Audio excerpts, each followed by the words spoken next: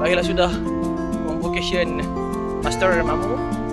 Setelah 2 tahun susah payah bersama dengan supporters kita, fans daripada Top Young.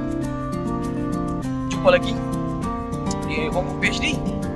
Mungkin lagi 7 tahun, 8 tahun, kita tak tahu. Jumpa lagi insyaAllah. Mungkin di UM, mungkin di universiti lain. Mana ada mak aku? Mana ada? Hilang. Apa perasaan menantu Koko ini? Okey ya mak. Mak tengok mak nampak ajak tak minta hati mak. Tak pakai spek. Kejap biar Kau tak pakai spek. Dia mak nampak. Menantu dia paling handsome kali kat atas tu tadi. Kita jalan sat, kita tunjuk pagi. Hari ni kita